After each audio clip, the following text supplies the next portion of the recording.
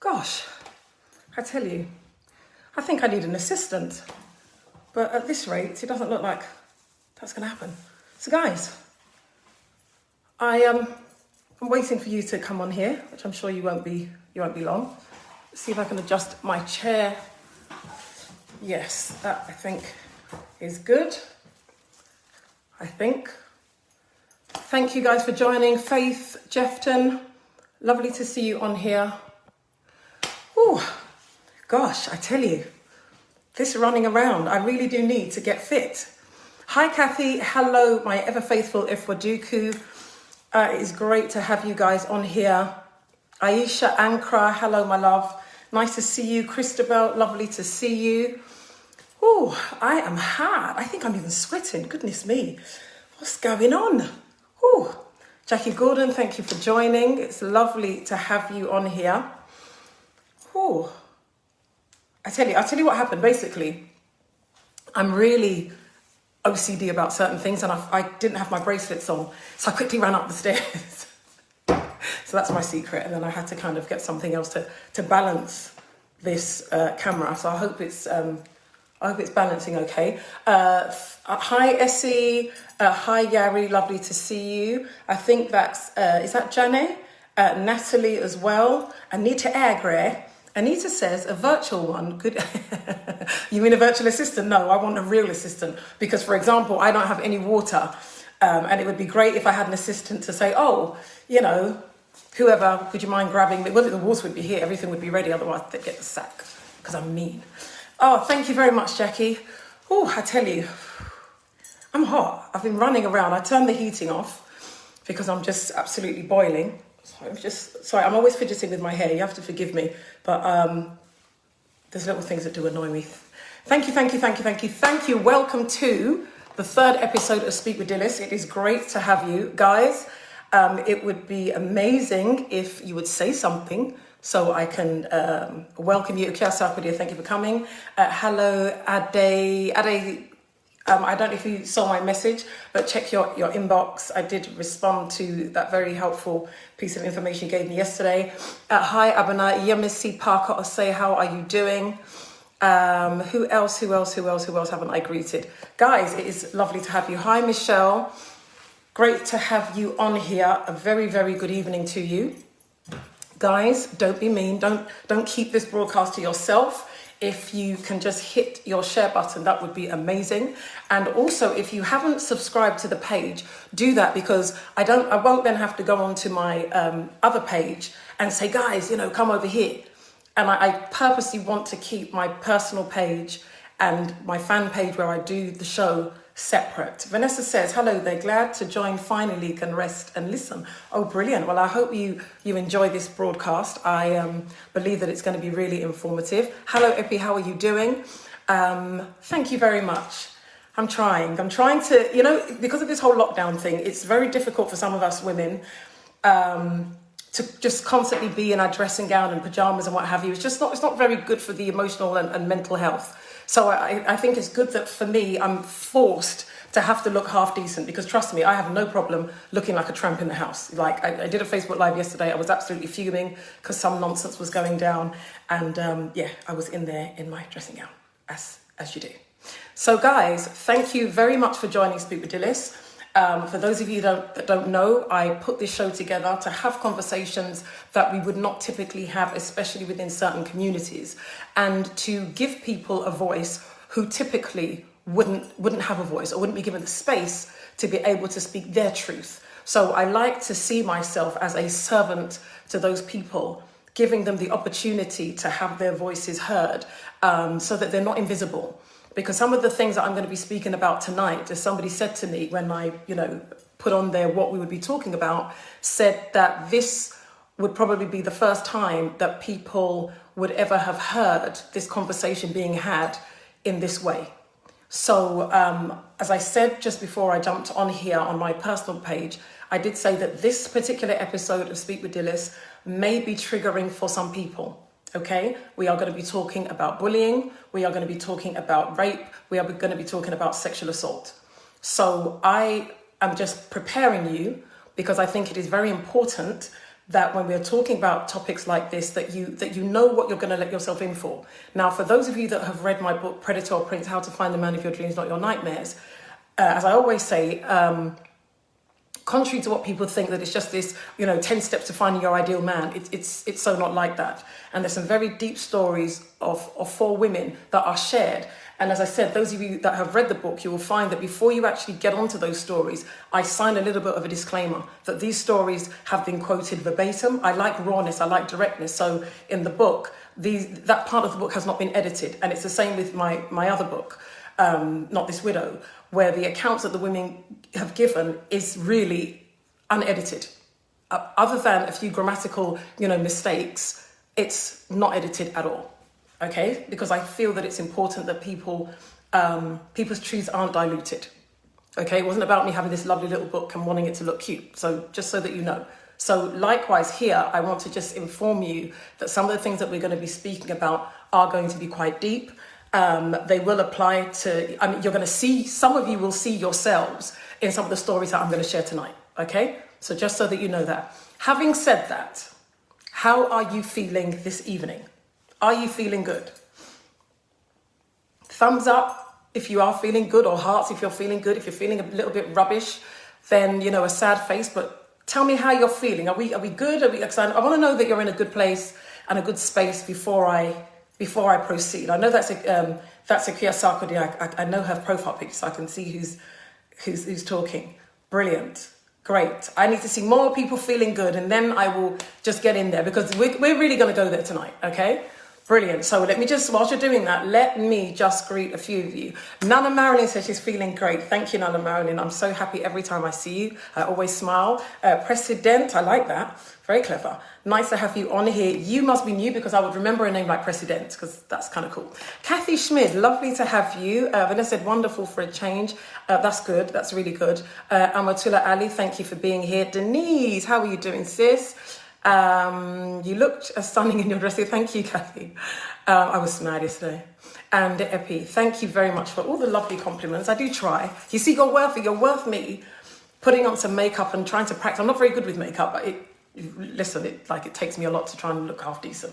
Anyway, as I was saying, today's show is called Deeper Life, Deeply Vile.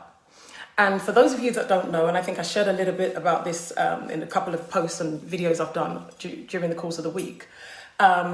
Deeper Life is actually a church. I think it's a Nigerian-based church, and they have a high school. And what we're going to be talking about today is about boarding schools and what goes on in boarding schools.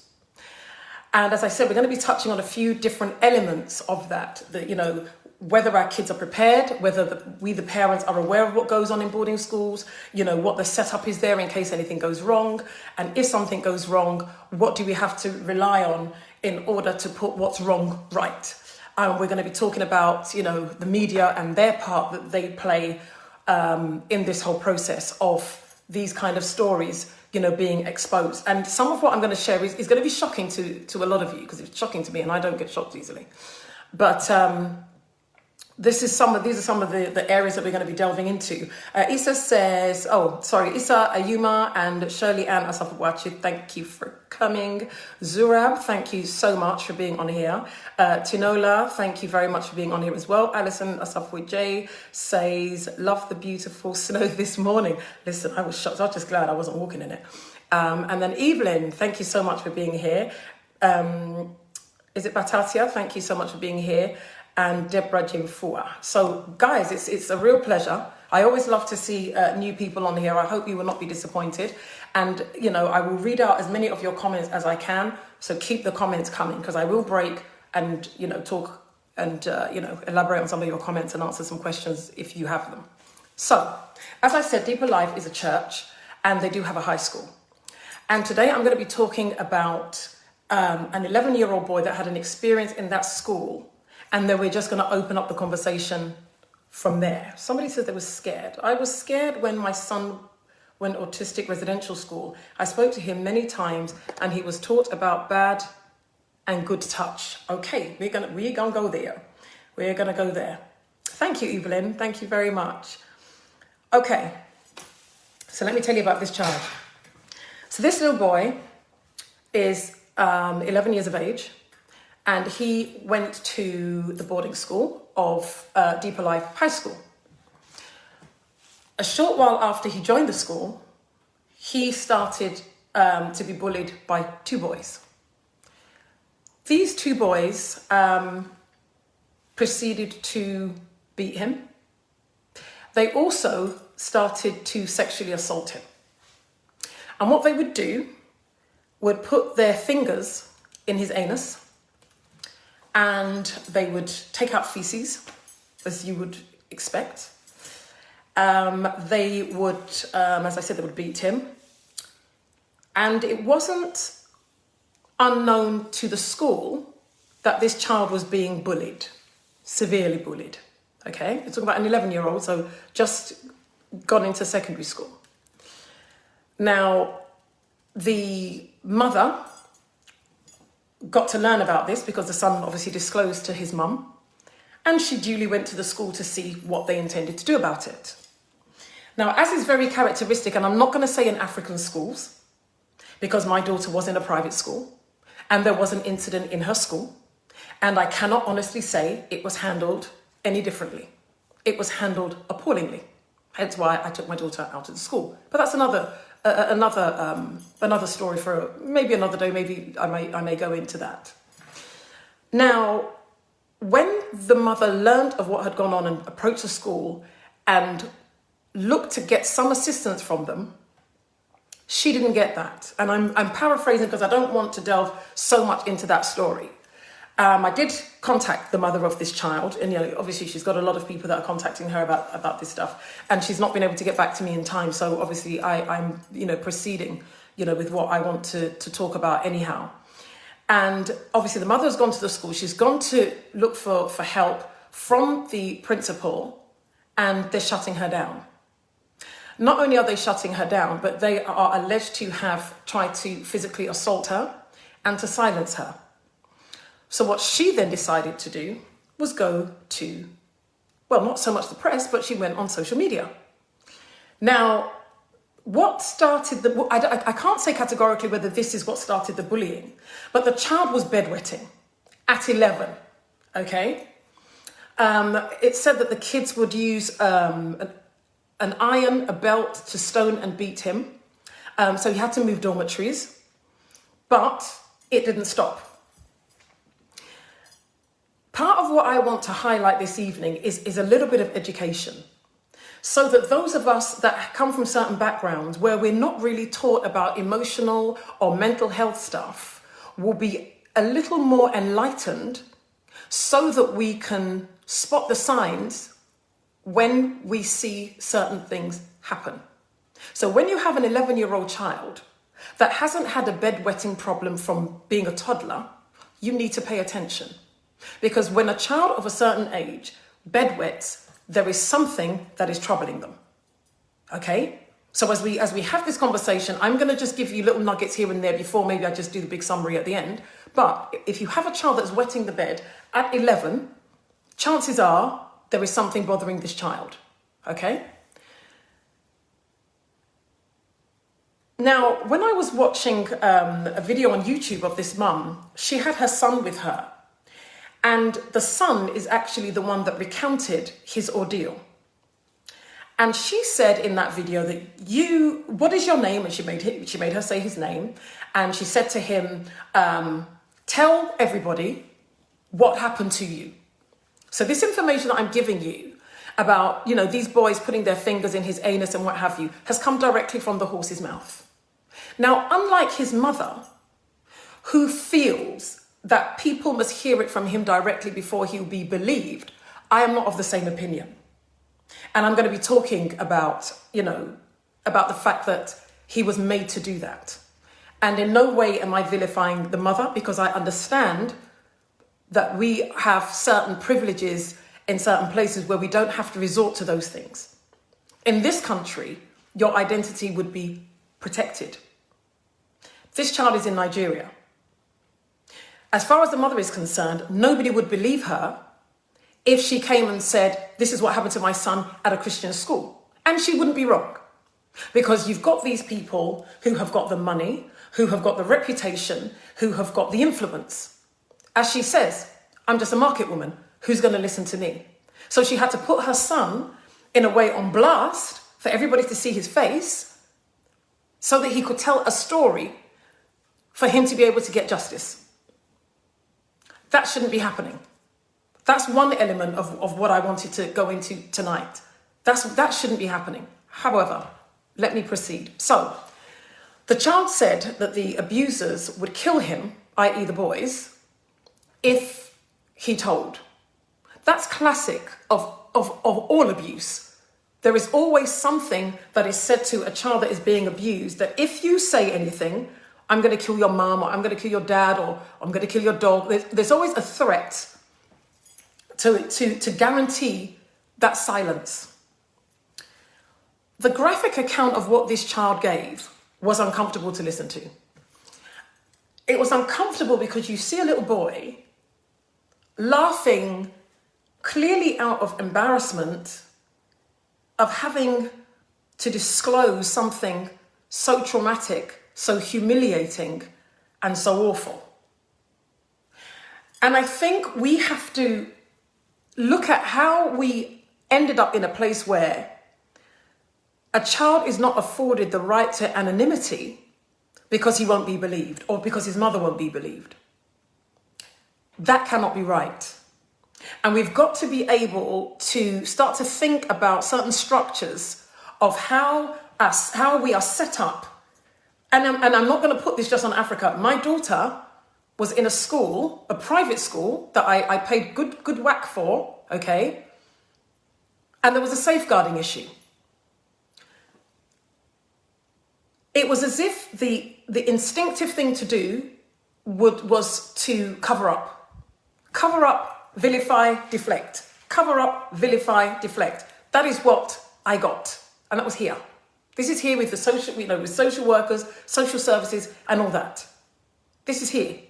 So it is uncomfortable. It's an uncomfortable conversation, but we have to have it. I haven't even gotten to the real meat yet. And this is where I'm going to branch out and bring it back home to some of us who were in the boarding house. Now, what I found disturbing about this, in fact, what I found infuriating, was the vice principal saw this little boy limping. And he actually, I believe he allegedly made a comment to the effect that, why are you limping like a woman? Or something silly like that. And the little boy didn't disclose it's because he was being sexually assaulted by these two slightly senior boys. A teacher walked in on them beating the living daylights out of him, to the point where he said, "Are you trying to kill this child?" And he had to drag the child away. At no point do I recall in the account that was given that on that basis, the teacher contacted the child's mother to say, "We have a situation in the school, we need to sort it out."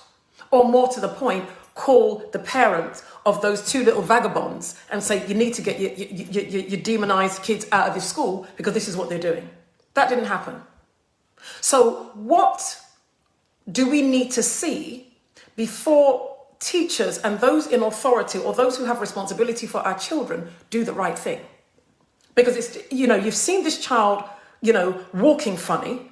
You've seen this child physically being assaulted, and yet still you leave this child to the mercy of those kids. I don't understand how that's possible. The mother reports this story of what's going on with her child, and all hell breaks loose. She's been threatened. She's being accused of blackmail, all sorts. I will give you her name, and you can go and Google her and catch up on the story yourself. Now, there's stories of the child being sent out of the dining hall, him not being allowed to eat. He was having to go and buy food, with the little money that the mum had gotten him. He wasn't allowed to eat with the other children. Saying, when I listened to this part, I'm like, enough already. They were saying that the child was described to have been smelling like a gutter. And he was saying that he wasn't able to bath for about 2 weeks. And I'm thinking, where were the adults in all of this? If you as a teacher see an 11-year-old child who has probably been away from his family for the first time in his life? How is it possible that you will see him unkempt, and I'm sure he doesn't just have the one teacher, okay? This is like the form or the dormitory tutor or teacher, whatever, who should be or who is tasked with being responsible for the welfare of these children. He failed in that duty. The whole school failed in that duty abysmally. The child is saying that he hadn't been able to bath for 2 weeks. Looking at the kind of sexual assault that he was suffering, I can just imagine that he would have been smelling terribly. Now, we've got to know our children well enough to know whether they will sink or swim in a boarding school. Boarding school is not for everybody. Boarding school is not for everybody. African boarding schools aren't for everybody. Maybe UK boarding schools aren't for everybody, because the bullying that goes on there is horrific. In this case, the mother said that the media, somebody from the media, called and demanded to speak to her son. Didn't think to seek permission or anything of that sort, just demanded, I want to speak to your child. This behaviour is characteristic of the media in Ghana, in Nigeria. It's not uncommon. I came across a story of a father who had been raping his daughter. Can't remember the age of the child. I do not believe she was more than 13. 12 maybe. She was young. Smallest child. Can you believe, and if I could remember the name of the radio station, I would mention their names here. Can you believe that they had the father and daughter, okay? They had the father and daughter in the studio interviewing them and making this child recount what sexual abuse she had suffered at the hands of her father. I don't know what kind of stupid that is, but that has got to be the most frightening, the most harrowing, the most disturbing thing for any child to have to suffer, to be sat next to their abuser and have to recount in graphic detail what has been done to them. It's not the first time, but it certainly needs to be the last time. These things happen. And that is why this mother can be called and, a demand made that, can I speak to your son? It's unbelievable.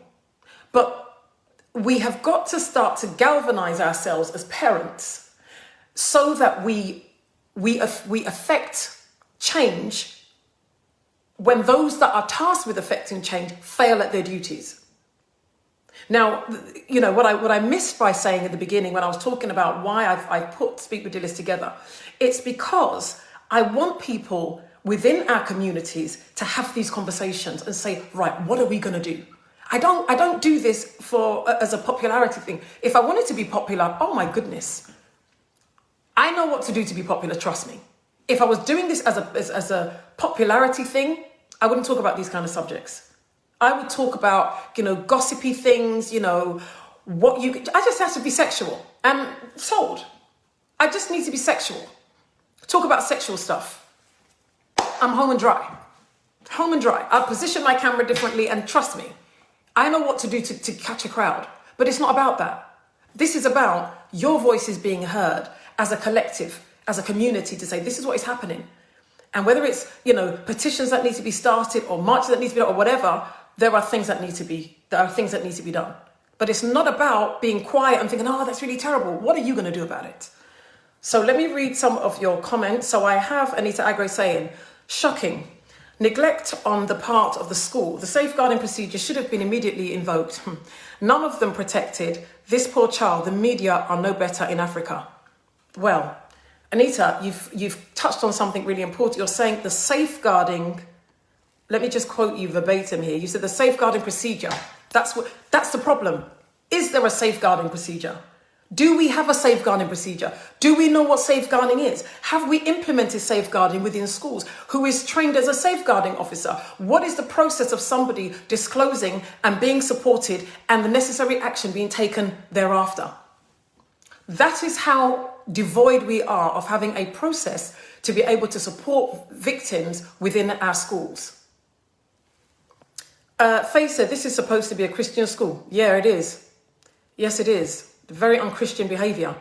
Nana Marilyn says, shocking. Ola Nubi says, crazy.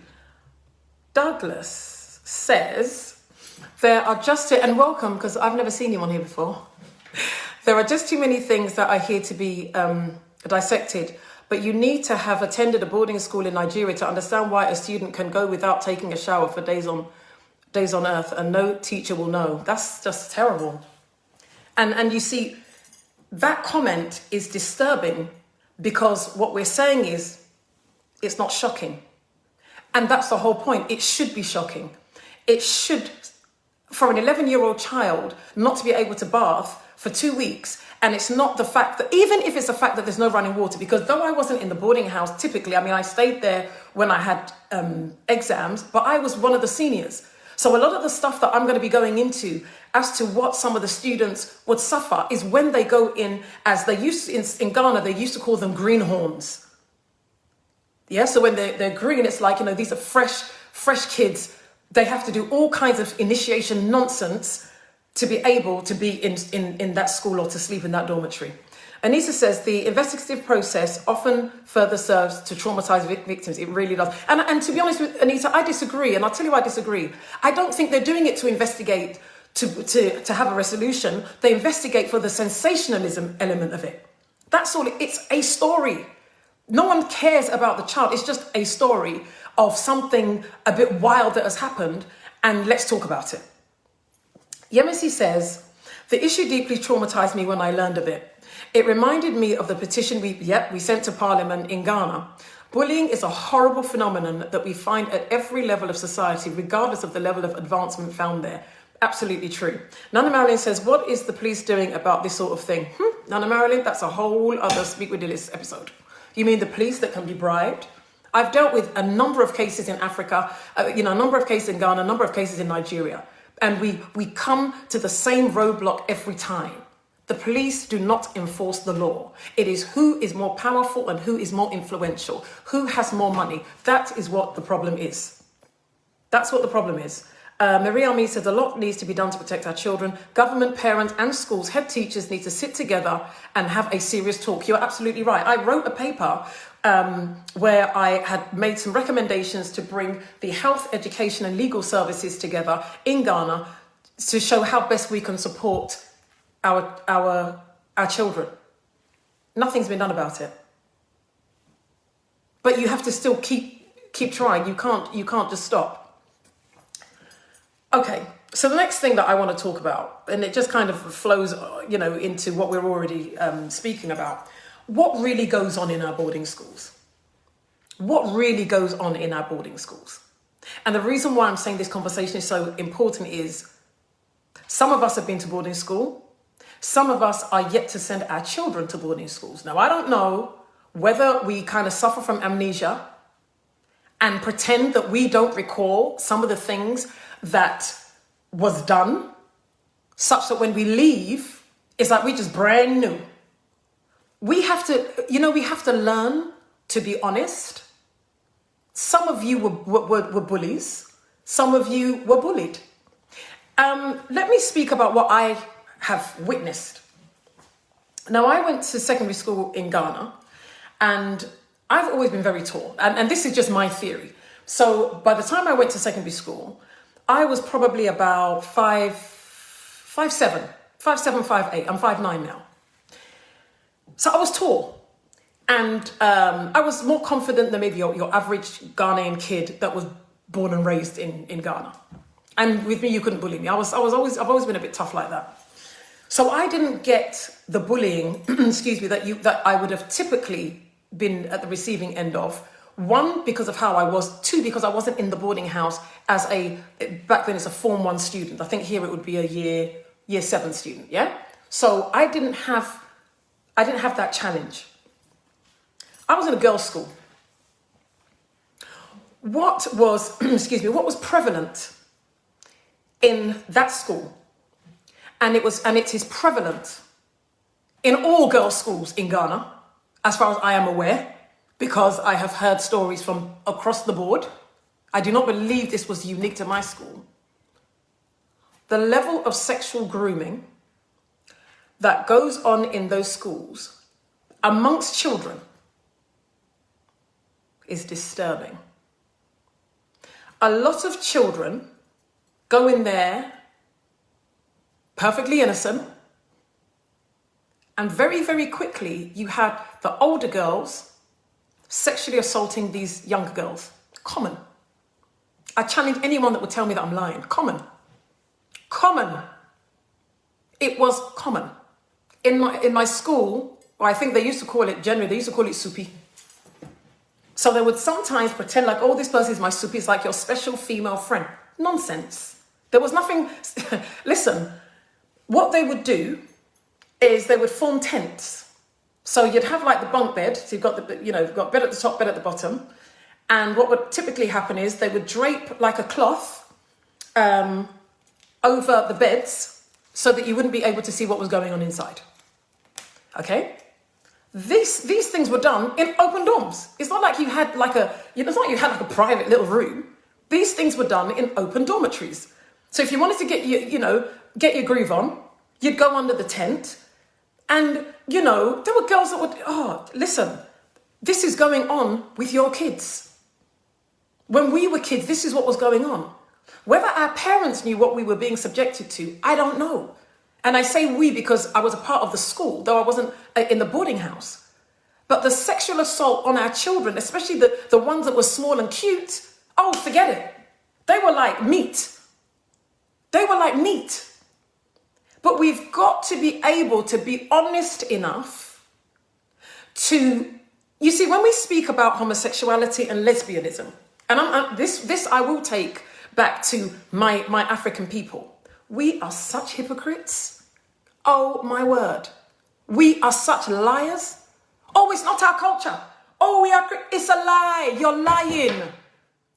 You've made it your culture. Go to your secondary schools. It's there. In overflow. It's there. So I don't know. And you see, the thing is, if you want to address a problem, at the very least, you have got to admit that it exists. When we deny that homosexuality is not part of our society or not within our society, we cannot reach out to people who have been abused by homosexuals, because what you're saying is it doesn't exist. Therefore, the abuse doesn't exist. It's not right. And please, let nobody misquote me and say I'm saying that people who abuse abusers are all homosexual. No. What I'm saying is, because we do not want to accept lesbianism or homosexuality as it being a reality. This has got nothing to do with agreeing or disagreeing. This is not a religious thing. This is not a homophobia thing. This, well, in a way, is homophobia for those that want to deny it exists. But it does exist. And what I'm saying is that cast your minds back to when you were in school. Okay, so now let's go to the boys' schools. It's no different. It's no different. The senior boys who have a desire for same-sex relationships, some of them would impose themselves on the younger boys.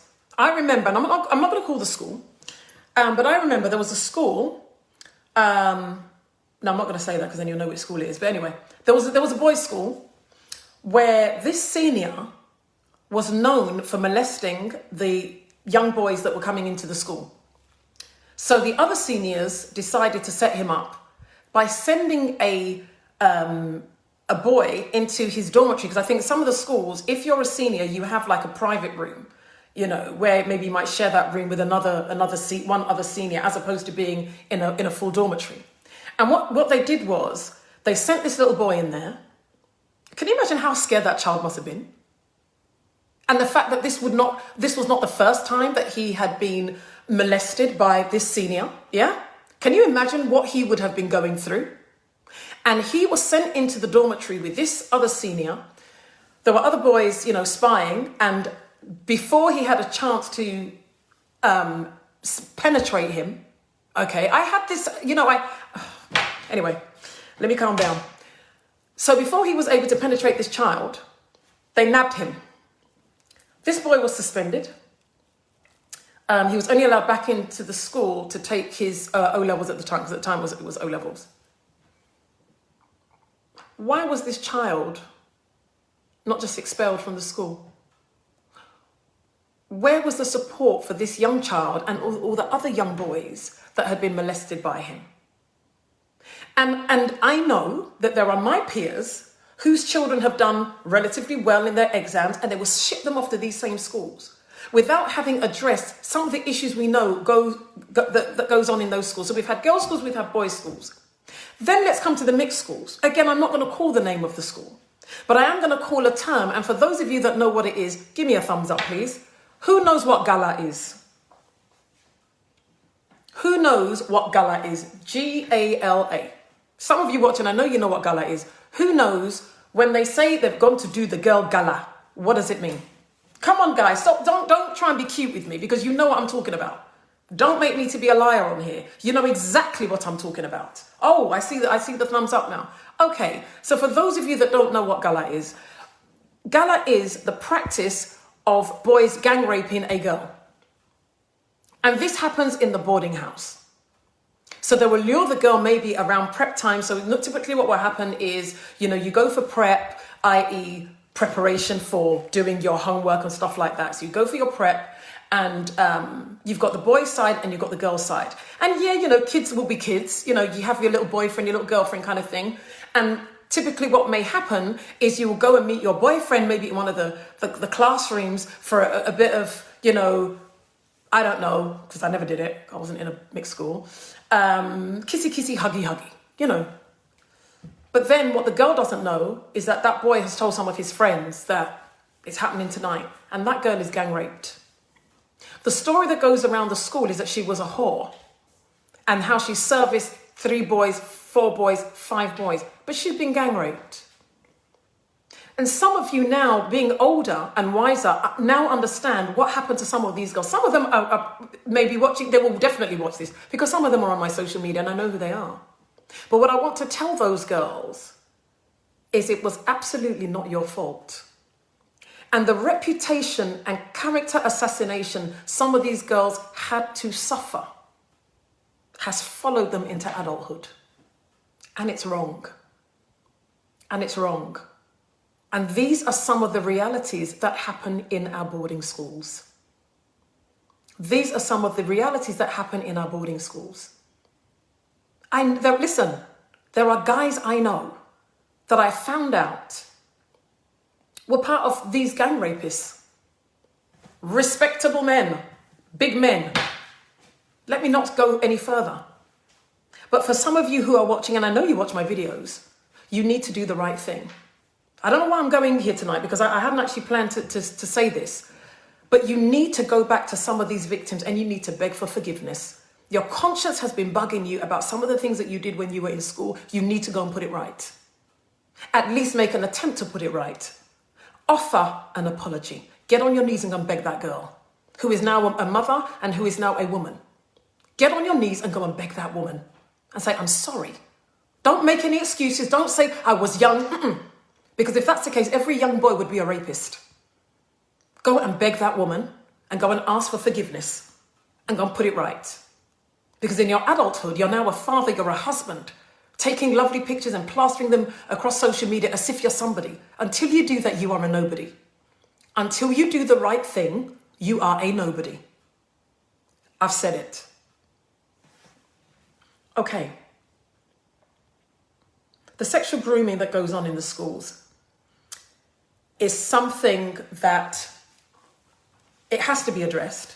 We have to put some semblance of a system in school where these children are checked on. So if you have, even in this country, you have boarding schools that are miles and miles and miles away from home.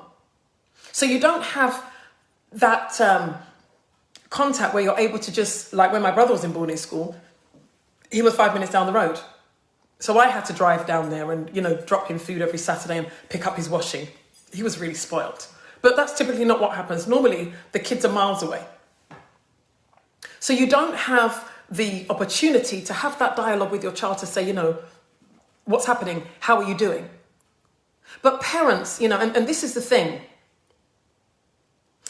This lady was saying, why to her son, and I'm going back to the story of the 11-year-old, why didn't you tell me?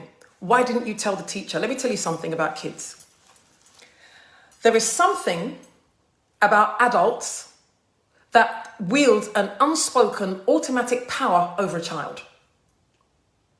Children automatically feel and believe that they will not be believed.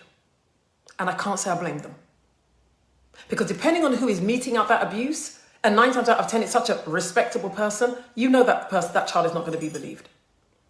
That child is not going to be believed. So what children would typically do is believe their abuser when they say, if this happens, I'm going to do this to you, or if you say this, no one's going to believe you. Of course, that's what they're going to feel.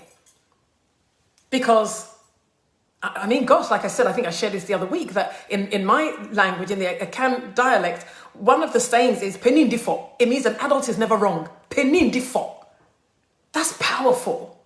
That is powerful. So when you have a child who is being abused, or there's something going on, how does he report to the adults who are never wrong? It doesn't work. But you can protect your child. You can be that covering for your child by building a very healthy, honest, and open relationship with your kids. Because the only way to be able to get your children to talk and to disclose is by speaking to them. And even then, it's challenging. But it's got to start with simple things. Teach your child about their bodies. Teach them about areas that they're not allowed to touch. Don't give your child's private parts stupid names like your nunu or your winky. Give them proper names, because what abusers often do is they name these parts to make it less, to kind of like dilute the seriousness of what they're doing. Oh, this is your cookie. Use those names as an adult. Use all the sexual names as an adult with your partner. That's fine. But when you're speaking to your children, use the proper names for the right part of their bodies. You can speak to your children about sexual abuse without being sexual. I did it with my kids. I would say to my daughter, nobody is allowed to touch you anywhere where your underwear covers. It's naughty. If anybody does that, you must come and tell mummy. Mummy will believe you. Simple conversation. Every so often, it's like a joke. If someone does something, what are you going to say? Oh, I'm not supposed to. Kids are so innocent and so beautiful. But have those conversations. Because what is not helpful is by trying to be mysterious about sexual abuse, about bullying, about all these things that are happening anyway. Your voice has got to be the first voice your child hears when it comes to anything to do with their sexual organs. Your voice has to be. All this thing of I'm shy, it's nonsense. You can't afford to be shy, because there's a predator out there in the form of another child as well as an adult that isn't shy. So you don't have the privilege, you don't have the time to be shy. Develop a healthy relationship with your children. Speak to your kids. Everything is not about, I know there's some fathers, especially African fathers, where your kids, you come home from work, this back in the day, and the kids scatter because they're so scared of their dads.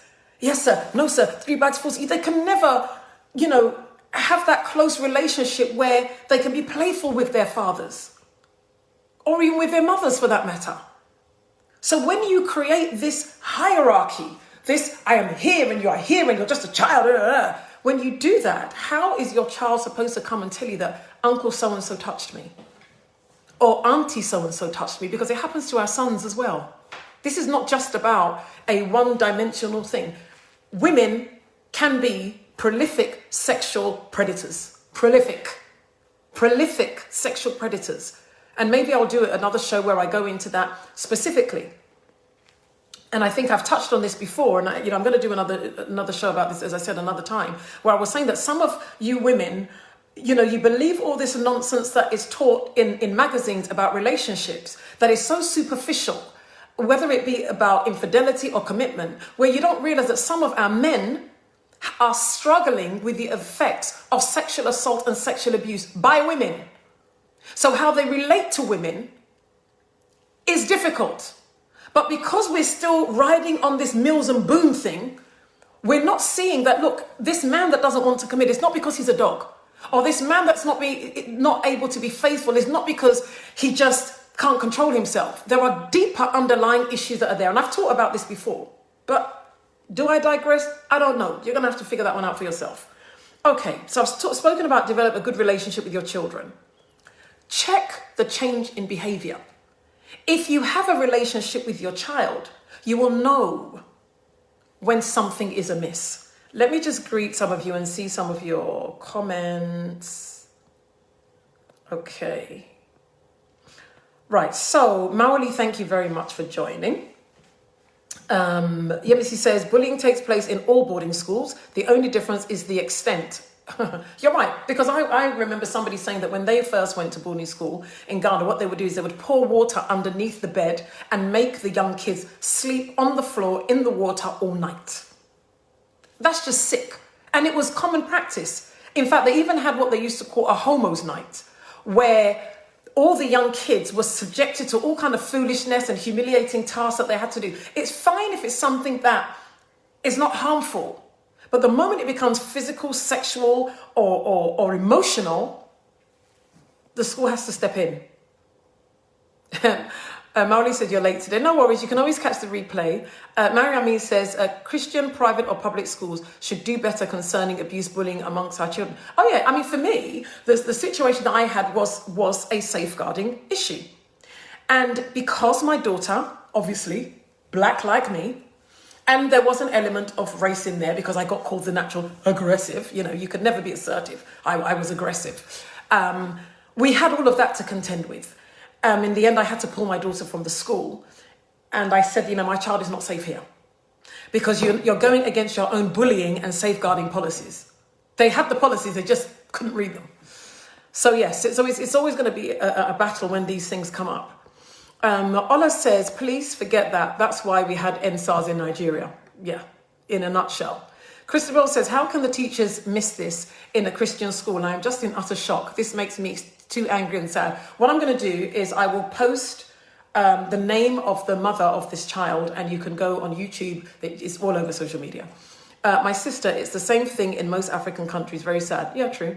Ruth, thank you for joining. Ajwa Tete Mensa, lovely to have you on here. Ade said, seen your message. Thank you. Such measures can only be implemented here, not in Africa. Oh, I don't agree with that. The same human beings that are in England are the same human beings that are in Africa. The reason why things don't change is for that very reason. As for Ghana, it cannot change. As for Nigeria, that's how we are. It can change. But it will cost us something. It depends on how willing we are to change the status quo. It will cost us something. We have PTA meetings in Ghana, do we not? Are you telling me that if all the parents with one voice said, actually, we want to know what this school is doing about this particular issue, these are our recommendations, this is what we have to monitor what we would like to implement, and this is how we're going to review it, this is where we've got the funding from. Are you telling me it wouldn't change? It would absolutely change. It would absolutely change. When I started to, raise awareness on rape, child abuse, domestic violence, when I was running Who Will Hear My Cry, it made a difference. It made a change. If you look at the narrative around rape and child abuse, from when Who Will Hear My Cry started, from when I tackled the KKD case, is when things blew up, till now, things have changed. But it takes for us to be consistent and persistent and want things to change. But things will definitely change. SCMO says, what is worrying is so many people feel that it's normal to be bullied in boarding school and that it happened to them and they are fine. So there's no big deal about the child being bullied and sexually assaulted. Oh my God, you have put it beautifully. And you're absolutely right. You are absolutely right. It's like, well, I've been through it. And let me bring that point home a little more. When I first started to deal with issues of sexual abuse and rape, I found when I was covering that case, that KKD case, that a lot of women were quite unsympathetic. And I couldn't understand why. I was thinking, this is odd. till I spoke to somebody and the statement they made was, but she was 19. This happened to me when I was 15. She's lucky. What's her problem? I thought, got it. Because to a lot of these women that I had been speaking to had been raped, had been sexually abused as young as 8 and younger. To have someone that was able to keep their innocence until 19, there was an element of resentment and envy there, that they didn't have the same grace.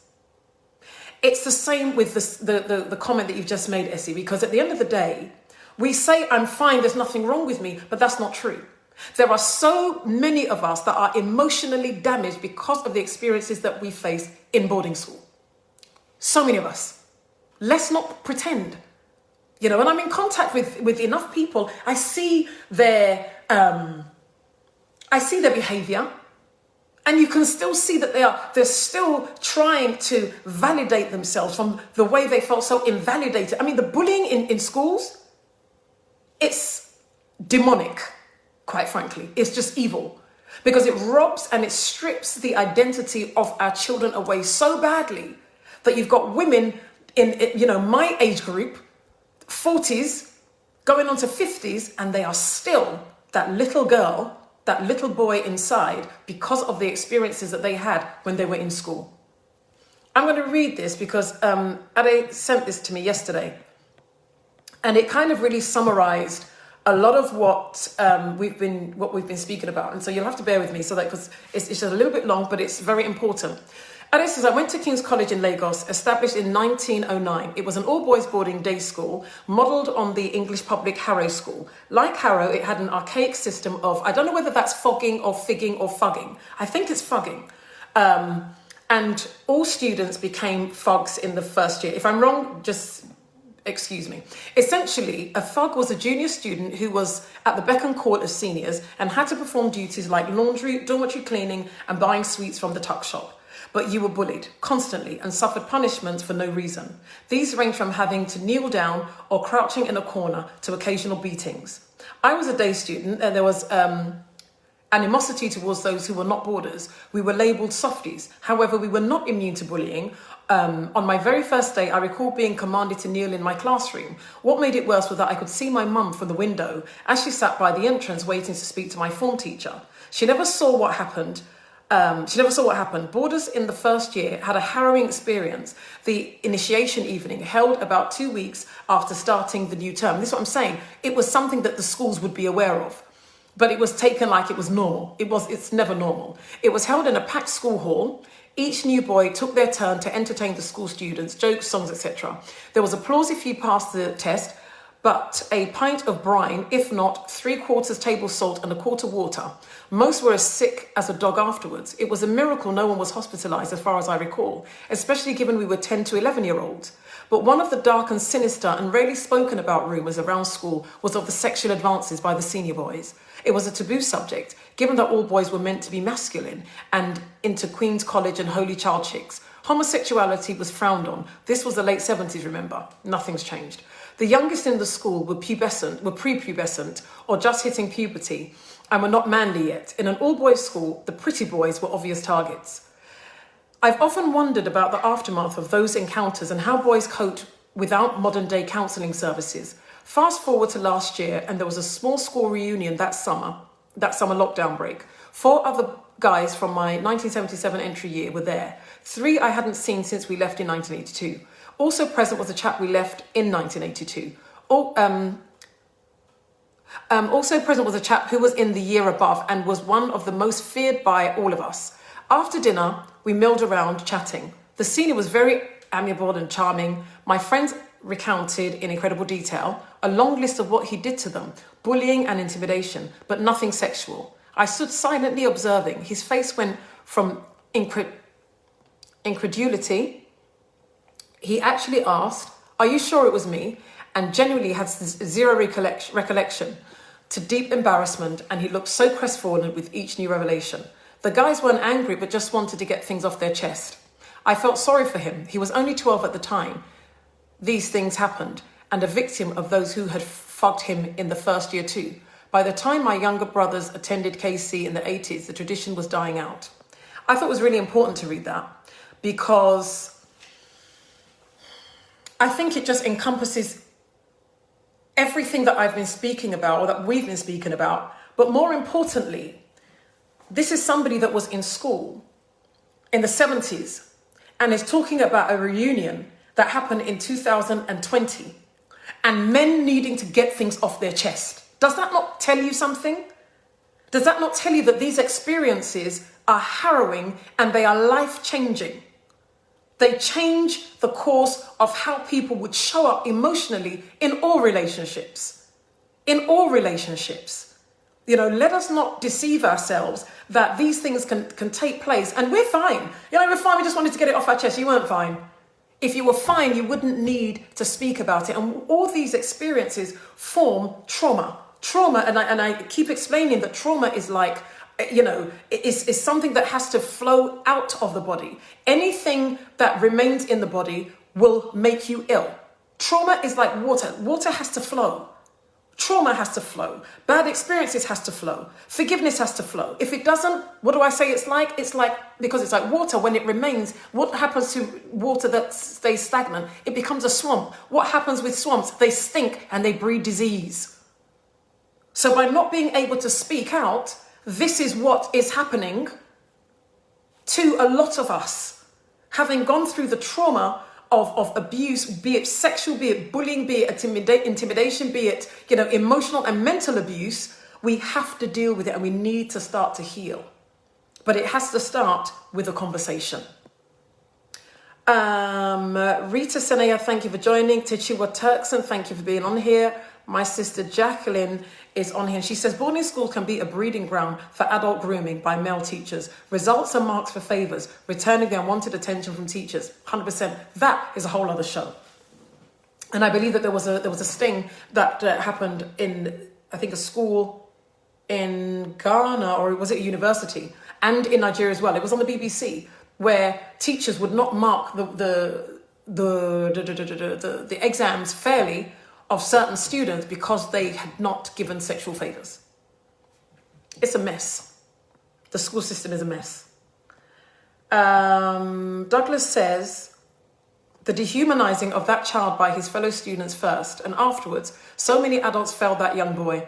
The pressure, bullying, and some of the treatment dished to the mother has also been appalling, reprehensible, as well as inexcusable.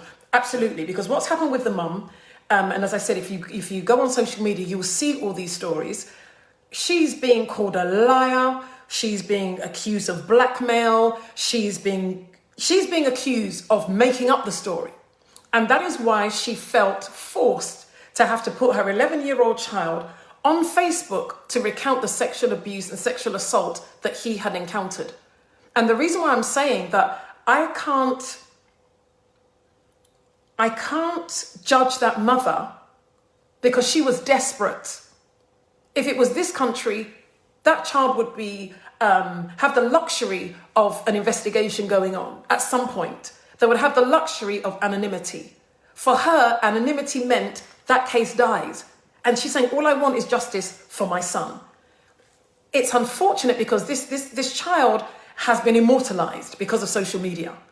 When he's grown and he wants to get married or he wants to do whatever, unless it really has a strong sense of self-confidence instilled in him, that could be another challenge for him. That could be, another real challenge for him. So thank you for that comment, Douglas. Let me see. Kathy says, oh my Lord, what horror. My heart is breaking for all the innocents. Mine too. Anita Santi, thank you for joining. I don't think you've been on here before, but if you have, welcome back. I think my time is up. Ifya non-chwiri, if I haven't pronounced that well, forgive me. I'm normally quite good. Asemye Kuya, thank you for joining. Michaela Joyce Tete, Trudy. Nari Ahmed says, I totally agree with you, my dear. Now it starts from primary schools now. So as parents, we really need to wake up and address these issues with honesty. Look, let me tell you something. I'm gonna tell you something. Okay, I'm gonna go in a second. I remember when I first went to school in Ghana, I was 10 years old. And the school that I went to rather, was a mixed school. And I remember the kids talking about this thing called fingerprint. I'm thinking, what are they talking about? Because I was innocent. And, you know, we would have these school parties that we wouldn't have to wear school uniforms, so we'd dress up really nicely and, you know. And a couple of the kids would run off and go and do stuff. I was 10 years old, okay? I'm talking about these kids being my age. Do you know what the fingerprint was? Fingering. 10-year-old kids in school. We need to pay attention to what's going on with our children. Those of you that love to leave your kids with hired helps and not pay attention, you need to be careful. You need to be careful who's looking after your kids. Whether relative, house help, whatever. Pay attention. Continually check in with your children. How are you feeling? What happened to you today? And check. If your child doesn't want to greet somebody, don't force them. Don't force your kids to hug anyone. Don't force your kids to sit on anyone's lap. Don't do it. A child has the right to have their boundaries respected and protected. The fact that you are bigger than them, and that's why I've always hated to see children being force-fed. How would you like it if someone bigger than you stuffed food in your gob? It's awful. I don't believe children should be treated that way. The child doesn't, when Isabel was small, I remember when we used to go to church, she was cute. Naturally, she was my kid. And they'd grab her and Isabel would make the biggest fuss. Oh my gosh. She would kick her feet, put me down. She would go crazy. And I used to leave her. And I'll say, she said she didn't want to be picked up. Leave her. I never told her off. Stop that, Isabel. You've got to, never. Because I thought, at this age, she must find her voice and be assertive if there is any kind of touching that she is uncomfortable with. I'm going to read 2 more comments and I am out of here. So, Yemisi Parker says, I remember the phenomenon of gala in many mixed high schools in Ghana, which basically was gang rape by a group of boys of some misguided, most of the time abused young girl. It was truly awful, but was normalized to us as kids. Thus, these poor girls ended up being victimized all over again. Oh yeah, I know some of them. Because it wasn't kept a secret. The boys were proud that we did her gala. So I'm just saying, check in with your kids. Start to form those relationships with your children. When they go out or you leave your children, to be babysat by somebody, check their body language, And if anyone, I'm sorry I can't read any more comments, but if anybody needs to speak to me offline because of some of the things that we have spoken about, be rest assured, those kind of conversations are had in the strictest confidence. Now, I am a qualified and accredited, properly trained life coach, yeah? Spent a lot of money getting trained, you get me? Not like some of these people that do this course for 20 pounds and say they're a life coach, no, yeah? Talk to me privately and at least let's have your voice heard. And I mean between me and you, have that private conversation, whether you're male or female. And I do have some men that have reached out to me. And I say, God bless you for that, because I know that it can't be easy, and enough respect to you. But what I would like you to go away with is that for anybody that was raped, that was sexually abused, that was inappropriately touched as a child, it was absolutely not your fault. But you must recognize that it happened and you need to deal with it so it can flow. What I say about keeping trauma here, it's like a swamp, water. Water that stays still smells. It breeds disease. What's the disease of not allowing this thing to flow? It's depression. It's having poor relationship, poor communication, being drug dependent, suffering from depression, anxiety, so many different things. So guys, my time is well and truly up. I got to go. Thank you very much for watching. Please share this video. And this is part of the responsibility thing. And it's not emotional blackmail. I really do apologize if that's what you think. But this is part of how we get the information out there, by sharing it. Not everybody can be on this broadcast. But for more parents that have access to this kind of information is when we start to make an impact in our communities and people start to begin to take a responsibility that they may not have realized that they had. Okay. So next week's show is called Say Bye to Daddy. And I will be speaking about women who stop their children from having a relationship or seeing their fathers. Okay, so say bye to daddy. So that conversation is going to be really interesting. And I want to know if, some women feel that we're ever justified in doing that. Maybe he's not paying child support. Maybe I caught him with my best friend. And I'm thinking, you bastard, you're never going to see your kids again. So let's have that conversation next week. Same time, 8 p.m. You've been a wonderful audience as usual. Don't expect anything less. I know that today was quite heavy, but it was absolutely a conversation that I believe needed to be had. So for those of you that have commented, please keep the conversation going. I apologize if I couldn't read all your comments, but you once again are an amazing audience, and I really do appreciate having your time on a Sunday when you could be doing so many other things. So thank you very much. I shall see you next week, Sunday, same time, same place. Take care. God bless and be good.